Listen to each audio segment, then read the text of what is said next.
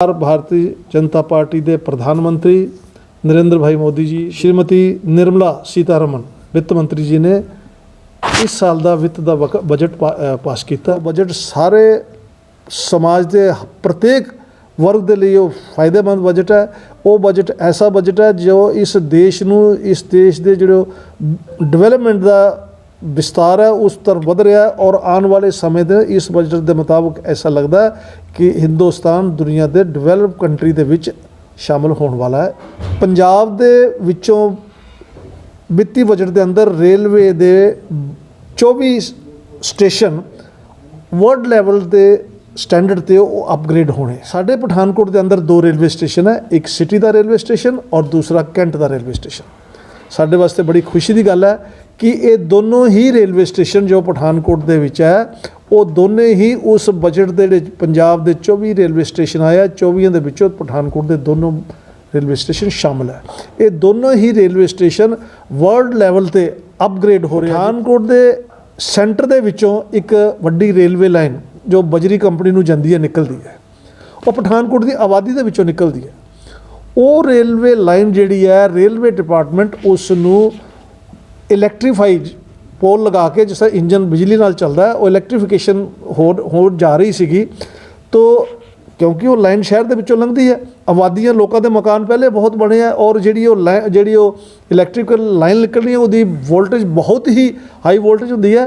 तो शहर के लोगों को जेडे उस रेलवे लाइन के नेड़े तेड़े रहिंदे है उन्होंने लोगों को इस गल की बहुत रिजेंटमेंट सी भी इन्नी हाई वोल्टेज जी लाइन लगेगी तो साडा आने वाले समय जानी माली नुकसान होने का बहुत खतरा है। ये पठानकोट की जनता जी इस गल तो भयभीत होई सी, डर गई सी भी ये लाइन लगेगी और सानू पता नहीं कल नूं इहदी हाई वोल्टेज बहुत है, साडा माली जानी माली नुकसान होने जा रहा है।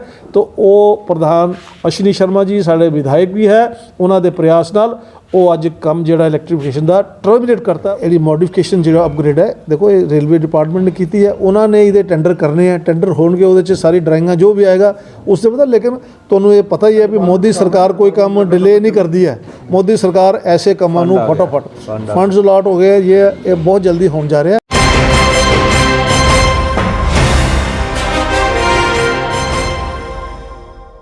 पठानकोट भाजपा जिला के महामंत्री विनोद तिमान जी, दूसरे महामंत्री सुरेश शर्मा जी, पठानकोट के दोनों मंडलों के अध्यक्ष ठाकुर शमशेर सिंह जी, राजकुमार जी और साडे भाजपा के नेता नितिन जी और प्रेस के मित्रों, तुहाडा इस प्रेस कॉन्फ्रेंस स्वागत है।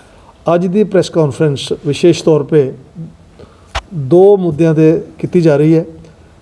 सानू सबनों पता है कि आपां ने 2 तरीक नूं एक इत्थे ही स्थान ते बजट पे चर्चा की सी। देश के वित्त मंत्री, देश के सरकार भारतीय जनता पार्टी के प्रधानमंत्री नरेंद्र भाई मोदी जी के मंत्री श्रीमती निर्मला सीतारमन वित्त मंत्री जी ने इस साल का वित्त का बजट पास किया। उस बजट ते असी लोगों ने इत्थे 2 तरीक नूं बैठ के तुहाडे भी सारे भी चर्चा की और वो जिहड़ा बजट है उस बजट दीयां विशेषतावां क्या है। वो बजट सारे समाज के प्रत्येक वर्ग के लिए फायदेमंद बजट है। वो बजट ऐसा बजट है जो इस देश के जो डिवेलपमेंट का विस्तार है उस तरफ बढ़ रहा है और आने वाले समय में इस बजट के मुताबिक ऐसा लगता है कि हिंदुस्तान दुनिया के डिवेलप कंट्री के विच शामिल होने वाला है। इस तरह का बजट है। इस बजट के अंदर रेलवे दे लिए भी घोषणावां की गई जिसकी चर्चा उस दिन भी हुई सी। लेकिन अज विशेष तौर पर पंजाब के विचों वित्ती बजट के अंदर रेलवे के 24 स्टेशन वर्ल्ड लैवल के स्टैंडर्ड ते अपग्रेड होने हैं।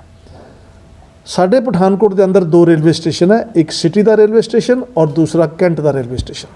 साढ़े वास्ते बड़ी खुशी की गल है कि ये दोनों ही रेलवे स्टेशन जो पठानकोट के विच है वो दोनों ही उस बजट के पंजाब के 24 रेलवे स्टेशन आया, 24 के विचों पठानकोट के दोनों रेलवे स्टेशन शामिल है। ये दोनों ही रेलवे स्टेशन वर्ल्ड लैवल ते अपग्रेड हो रहे हैं जिथे सब सुख सुविधावां चाहे होटल है, चाहे मॉल है, चाहे और जो भी वर्ल्ड लैवल ते रेलवे स्टेशन ते स्टैंडर्ड होंदा है उस स्टैंडर्ड के मुताबिक इन्हों अपग्रेड किया जा रहा है। तो इस दे लई एक बहुत वड्डा साडे जिले लई बहुत वड्डा काम है। इस दे लई मैं आदरणीय प्रधानमंत्री नरेंद्र भाई मोदी जी का, रेलवे मंत्री अश्विनी वैष्णव जी का और अपने पठानकोट दे पंजाब के प्रधान और पठानकोट के विधायक अश्विनी शर्मा जी का, भारतीय जनता पार्टी जिला पठानकोट दिल की गहराइयों तो धन्यवाद करती है कि उन्होंने पठानकोट के दोनों ही रेलवे स्टेशनों इस भारत सरकार का जो बजट पेश होया उस दे विच लिया और उन्होंने वर्ल्ड लैवल ते अपग्रेड होने जा रहा है। ये साडे वास्ते बड़ी खुशी की गल है, उन्होंने बहुत बहुत धन्यवाद। एक दूसरा एक विषय होर पठानकोट के नाल जुड़िया बहुत महत्वपूर्ण है। पठानकोट के सेंटर दे विचों एक वड्डी रेलवे लाइन जो बजरी कंपनी नूं जांदी है निकलती है, वो पठानकोट की आबादी के विचों निकलती है। वो रेलवे लाइन जिहड़ी है रेलवे डिपार्टमेंट उसनूं इलैक्ट्रीफाइड पोल लगा के जिस इंजन बिजली नाल चलता है वो इलैक्ट्रीफिकेशन हो जा रही सीगी। तो क्योंकि वो लाइन शहर के विचों लंघदी है, आबादियां लोगों के मकान पहले बहुत बने हैं और जी इलैक्ट्रिकल लाइन निकलनी है उसकी वोल्टेज बहुत ही हाई वोल्टेज होंदी है। तो शहर के लोगों को जेडे उस रेलवे लाइन के नेड़े तेड़े रहिंदे हैं उन्होंने लोगों को इस गल की बहुत रिजेंटमेंट सी भी इन्नी हाई वोल्टेज जी लाइन लगेगी तो साडा आने वाले समय च जानी माली नुकसान होने का बहुत खतरा है। उन्होंने इस दे प्रति विरोध किया। साडे उस इलाके के मंडल अध्यक्ष शमशेर सिंह जी को आए, बहुत सारे लोगों ने इस गल का विरोध किया भी ये नहीं होना चाहिए, ये शहर के विच है, इसनूं रोकया जाए। तो शमशेर सिंह जी ने उन्होंने लोगों को लेकर के पठानकोट के विधायक अश्विनी शर्मा जी जिहड़े साडे पंजाब के अध्यक्ष भी है उन्होंने मिले और सारी गल तो जाणू करवाया और उन्होंने भी इस गल नूं बड़ी गंभीरता नाल लिया भी ठीक है आबादी के विच अगर निकलेगा तो पॉसिबिलिटी हो सकती है नुकसान की। तो उन्होंने अपना एक पत्र रेलवे मिनिस्टर अश्विनी वैष्णव जी नूं लिखिया भी जिहड़ी ये लाइन निकल रही है ये शहर के विचों है, पब्लिक के मकान नेड़े नेड़े है, इनू ना लगाया जाए क्योंकि लोगों की इस गल की बहुत रिजेंटमेंट है। सरकार ने उही काम करने हैं जो लोग भलाई के काम होणगे।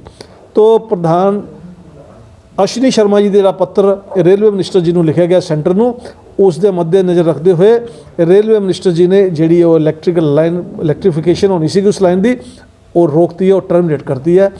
ये पठानकोट की जनता जी इस गल तो भयभीत होई सी, डर गई सी भी ये लाइन लगेगी और सानू पता नहीं कल ये हाई वोल्टेज बहुत है, साडा माली जानी माली नुकसान होने जा रहा है।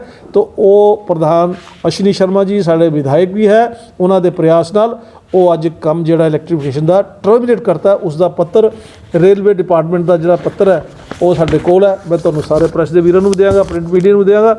इस क्लीयर किया रेलवे मिनिस्टर जी ने भी ये इलैक्ट्रीफिकेशन में रोकती गई है। इन्हां दो गल्लां वास्ते अज प्रैस कॉन्फ्रेंस की गई है और इस प्रैस कॉन्फ्रेंस के माध्यम के राही मैं फिर एक बार आदरणीय नरेंद्र मोदी जी का, रेलवे मिनिस्टर अश्विनी वैष्णव जी का और पंजाब के प्रधान और पठानकोट के विधायक श्रीमान अश्विनी शर्मा जी का जिले वालों दिल की गहराइयों तो स्वागत करना कि इन्होंने ये दोनों ही काम जिहड़ा दोने रेलवे स्टेशन अपग्रेड होने वर्ल्ड लैवल स्टैंडर्ड ते और जिहड़ी इलैक्ट्रीफिकेशन एक लाइन की जिहड़ी शहर के विचों विच लंघदी है वो होण जा रही सी, जिसनूं जनता चाहती ही इमीजिएटली रोकया जाए, साडा इस दे अंदर नुकसान होने वाला है, तो उसनूं भी रोक दिता गया।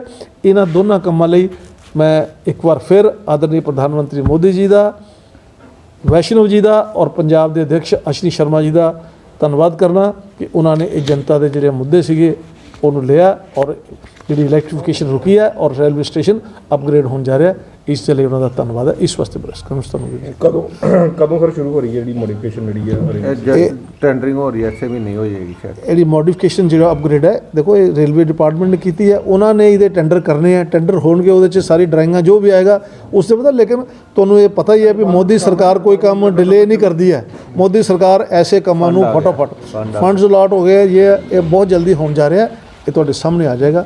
इसलिए तुहाडा सब दा एक बार फिर धन्यवाद है कि तुसी आयो, तुसी आयो, तुहाडा बहुत बहुत धन्यवाद है। एक गल होर विशेष तुहाडे नाल करनी है भी साडे विच साडे विकी रामपाल जी बैठे है, पठानकोट के निवासी है।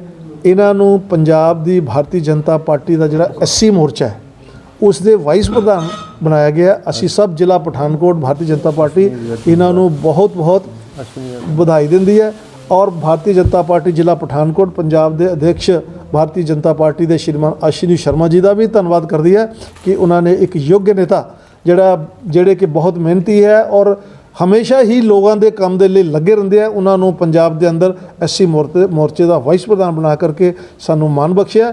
ਅਸ਼ਵਨੀ ਸ਼ਰਮਾ ਜੀ ਦਾ ਵੀ ਅਸੀਂ ਧੰਨਵਾਦ ਕਰਨੇ ਆ।